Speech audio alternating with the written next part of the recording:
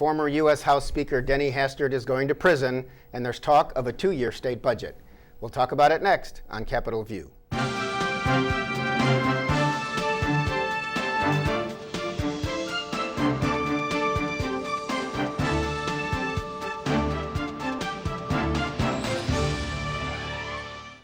Welcome to Capitol View, the program where we talk about state issues, sometimes federal issues, and how they just might affect your life. I'm Bernie Schoenburg from the State Journal-Register. Legislature was out this week, but a lot of other stuff was going on, and here to talk about it, Jordan Abudayyeh is back, State House reporter for WICS-TV in Springfield. Welcome back. Thank you for having me. And Bruce Ruston, reporter with the Illinois Times in Springfield. It's good to be here. Good to be here. Well, it's kind of the shocker of Illinois politics, although we've had people go to prison in the past. But Denny Hastert, who I've known since he was in the Illinois House, before he went to the U.S. House, became, I believe, the longest-serving Republican Speaker of the U.S. House, is now going to prison. Bruce, what's what? Well, he is going to prison, and a lot of folks would say deservedly so. We've had folks in Illinois go to prison for stuff in the past, but I can't recall anybody ever going to prison, a politician. Well, actually, we did have somebody in the state legislature who was on child pornography. Correct. But this is just to the rafters, to the core. I mean, just the yuck factor is huge. It's one of the more disgusting cases, I think, for a number of reasons. Not just the fact that the former speaker had sexually abused kids, going way, way, way back. To me, let's bear in mind here, he got 15 months, which is significantly more than what prosecutors have recommended. Right. And this was, of course, federal court in Chicago. Correct. He could have gotten 5 years. And he showed up in the wheelchair, which is, kind of de rigueur, I guess, these days, if you're going to face it. They do say he had a stroke. Yeah. Yes. And to me, there are two scandalous things, I think. Well, three. First off, number one, this guy has courage just like I can't imagine. Scott Cross, the brother of the former legislator Tom Cross, stood up in court and said he molested me. Yeah, because he was on the wrestling team when Denny Hastert was a wrestling coach. And to stand up with the entire eyes of the nation on you and say what happened to you takes more courage than I think that I can ever imagine. What was particularly galling about this was that the former speaker had asked Tom Cross, Scott Cross's brother, to write a letter to the judge requesting leniency. That is just beyond the pale to me. And I understand from those who were in the courtroom just reading reports that certainly irked the judge, Tom Durkin, who I believe is related to Jim Durkin. I think it's his brother, is it not? Correct. Yeah, who is now the Republican leader of the Illinois House. It's just a small state. Very small political world. Yeah. If he didn't think he was going to get jail time prior, pulling that kind of a stunt, I think just about guaranteed it. And the judge could have gotten 5 years. I think there's a lot of folks who would have said give him 50, especially on something like that. Couldn't do it. And so that to me was just so far afield. The second thing I found that was absolutely disgusting were some of the letters of recommendation that were written. Letters recommending leniency, leading with former Congressman Tom DeLay, who said, what is happening to Denny here is just so unfair. Understood. I mean, unbelievable that somebody would say that. And the third thing I think that is particularly interesting about this, there were 60 letters written to the judge asking for leniency. And the judge made it known prior to sentencing that he would only consider letters that were entered into the open court file so they could be seen by the public. When he said that, 20 letters were withdrawn. I'd like to know those other 20 names. I'd really like to know who else would stand up and vouch for somebody who did something like what Mr. Hastert did. And Mr. Hastert said that he couldn't recall whether he had molested Scott Cross. I don't believe that for a second. Jordan? Pretty heinous to think that this was all going on to children by someone who was in power for so long, and they felt like no one was going to believe them.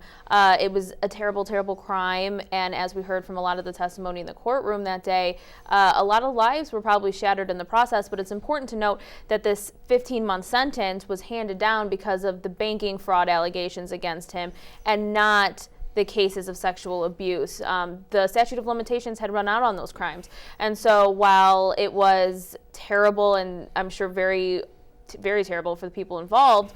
He can only be brought up on these banking charges that he, tried to use hush money inappropriately to keep these allegations quiet. And so I think that is just another layer on top of it. Yeah, and I think the whole thing is a shock to the political system. I mean, as I said, I've known Denny Hastert, professionally for years.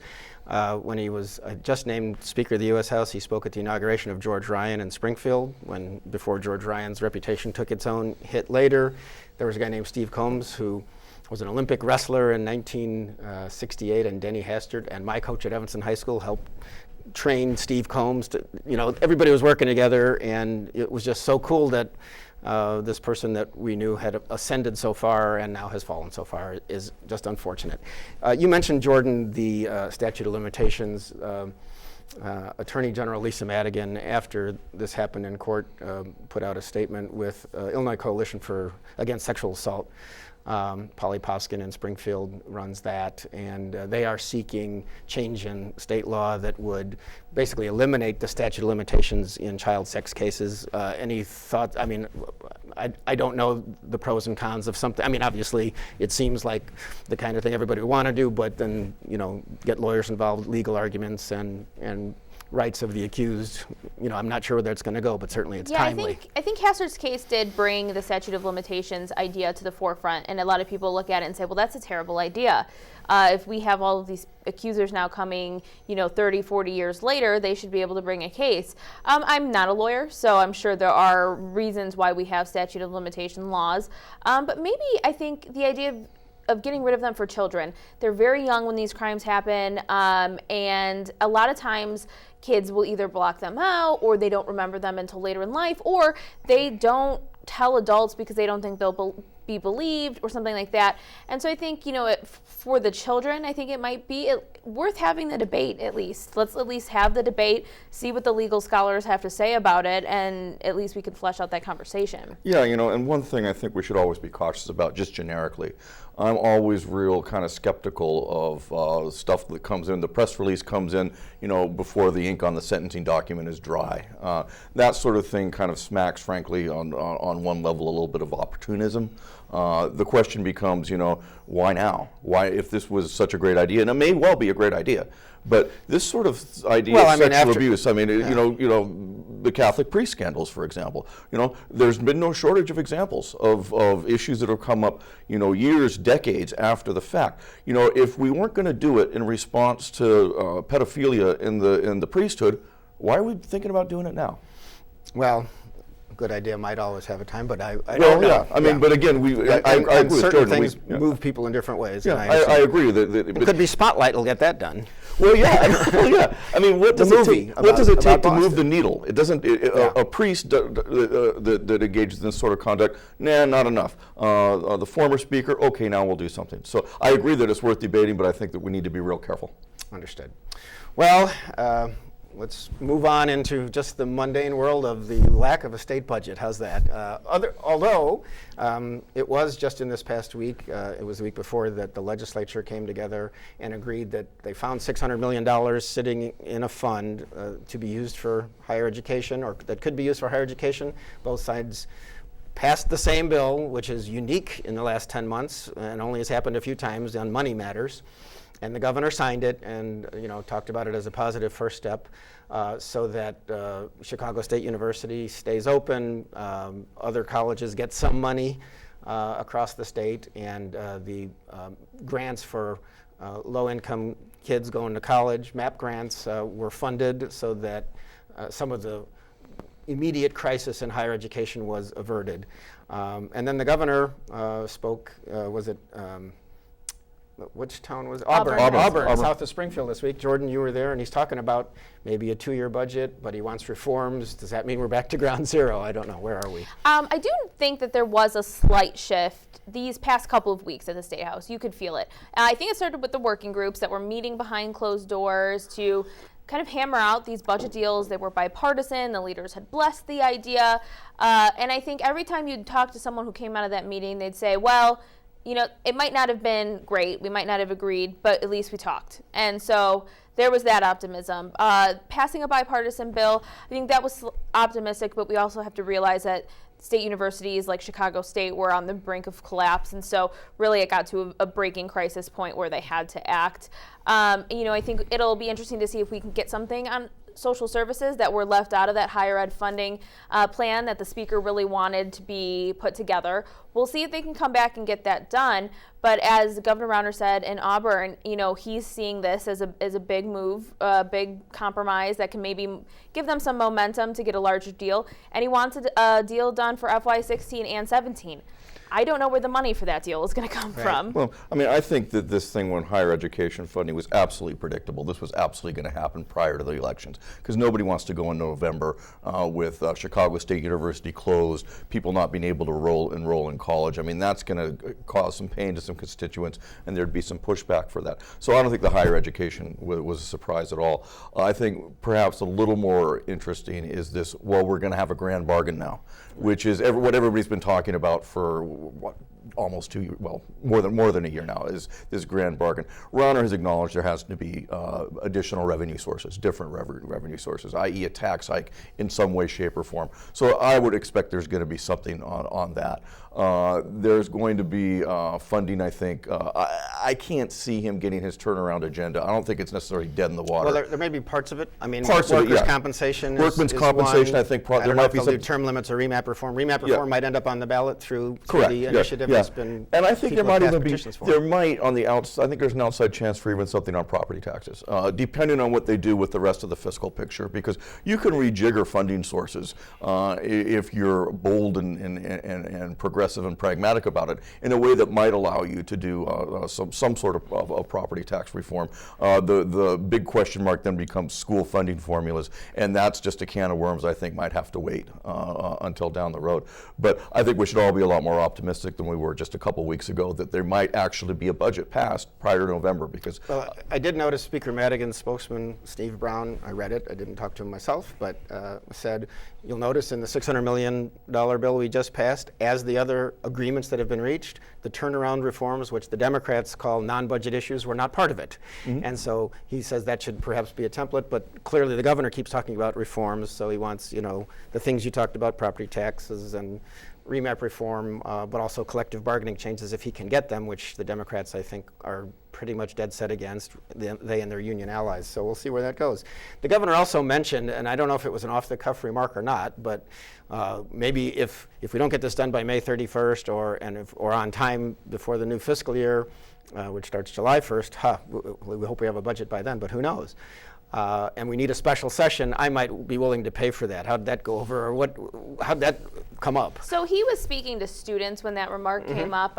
Someone had asked a question, and he talked about going past May, whatever, it cost the state thousands and thousands of dollars, he said, and if that's something that we have to do, I'd like to pay for that.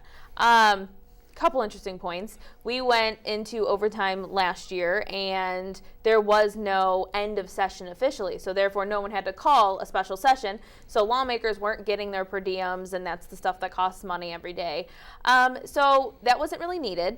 And I don't know if Bruce Rauner taking money out of his pocket and handing it to the speaker for his per diem every day is really going to work. that would be rich. I assume it would have to be washed through the state budget and just give it to You'd have to launder give it it to to the the I treasury or think something. there are three co-equal branches of government, and there's a separation of powers, and I don't exactly know how Governor Rauner donating some money for session plays into all of that. I don't see it happening. I think it's just a wacky idea, frankly. And he may have thrown it out there just to show perhaps how magnanimous he is. Right. Hey, Although when you see online comments about this for people who may not like him, they go, well, why don't you just give it to the social service agencies that have not been able to open, et cetera, et cetera. Sure, but that just underscores the wackiness of it, I think. I don't see that it's ever going to come to pass. On the other hand, maybe he could float the legislators alone if in fact their paychecks are going to be held up by the comptroller. Not sure they really should be dealing that way. Well, perhaps no, they shouldn't. But I think more than anything, it's a signal. I think the strongest signal we've seen to date that the governor is ready to perhaps compromise in a way that he hasn't been ready to compromise for a while, if ever. We'll hold that up as an optimistic sign. Well, yeah. If Ruston is optimistic, I don't know, anybody can be. Well, color me optimistic. How many days has it been since he overtly insulted either Madigan or Cullerton? It's been more than a week now. It's been more than a week. I think that's almost a brand new record, and so that in and of itself is cause for optimism. Understood.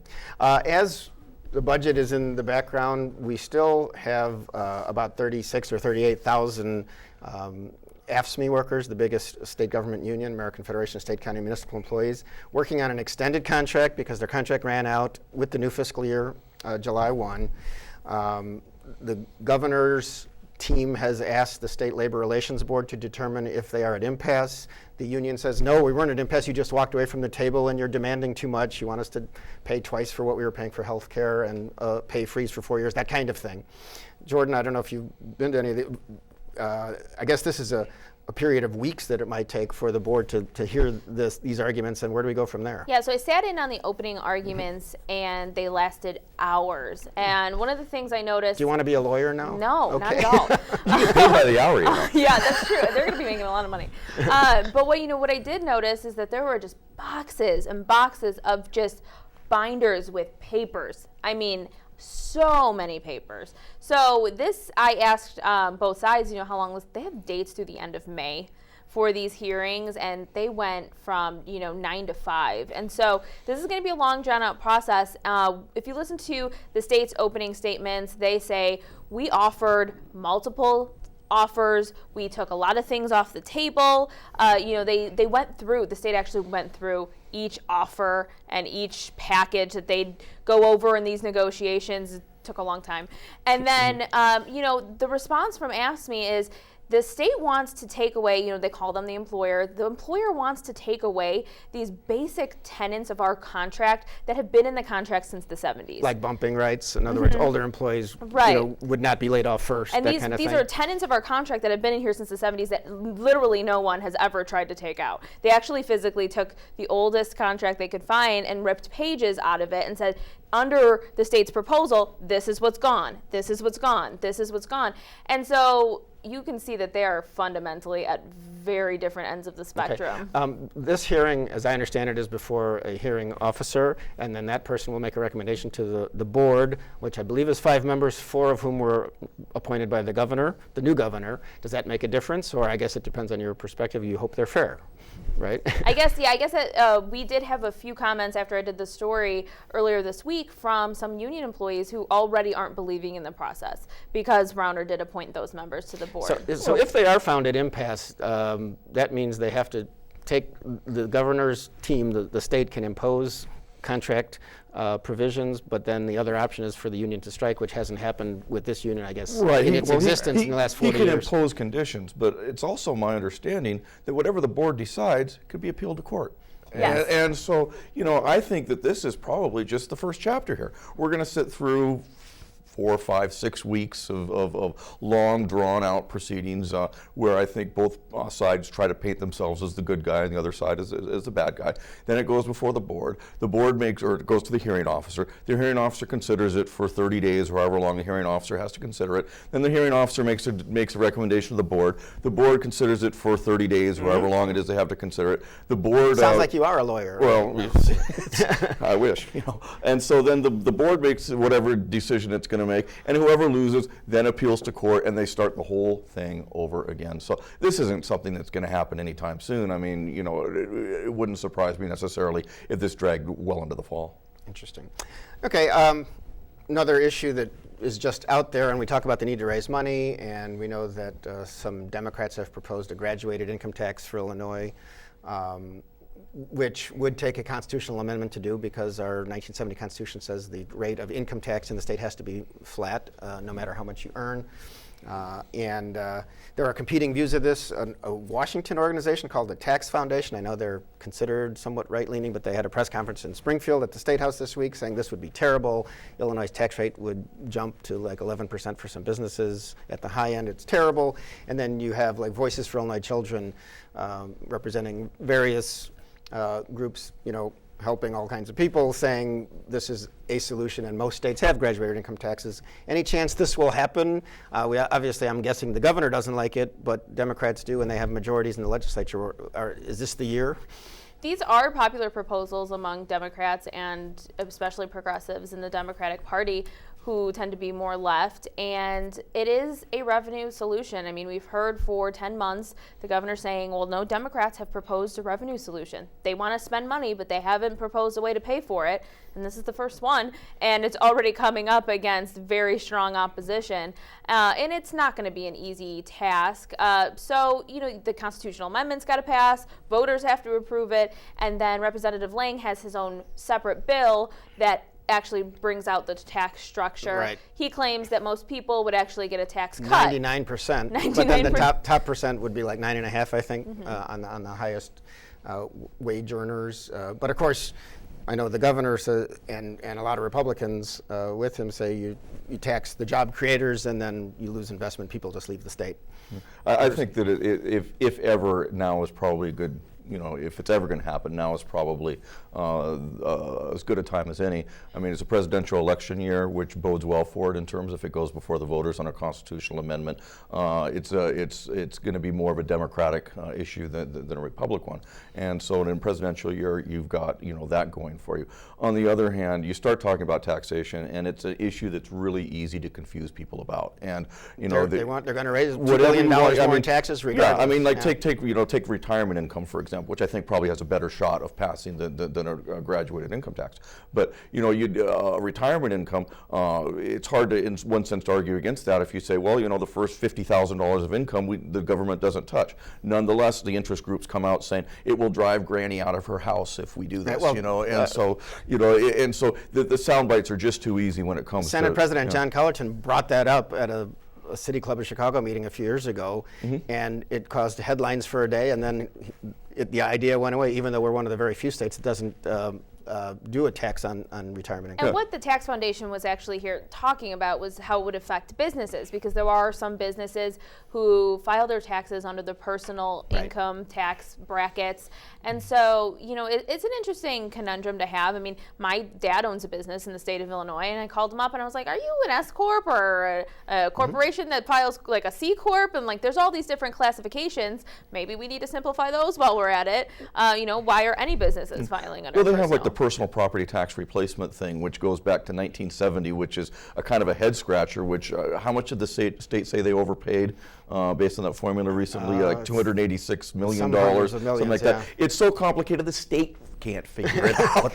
Well, the Rauner administration blamed the Quinn administration as having again with taxes. It's easy to do this, and so it's really hard to put something before the electorate and have a quote-unquote fair fight based on reason. And so the best way to accomplish this, probably the more likely way that it's going to be accomplished, is for cooler heads, if there are any, in the General Assembly to get together and decide on a better, more progressive tax structure than we've got now. The graduated income tax, most experts, most economists would agree that it's the least regressive way of taxing, and those are most.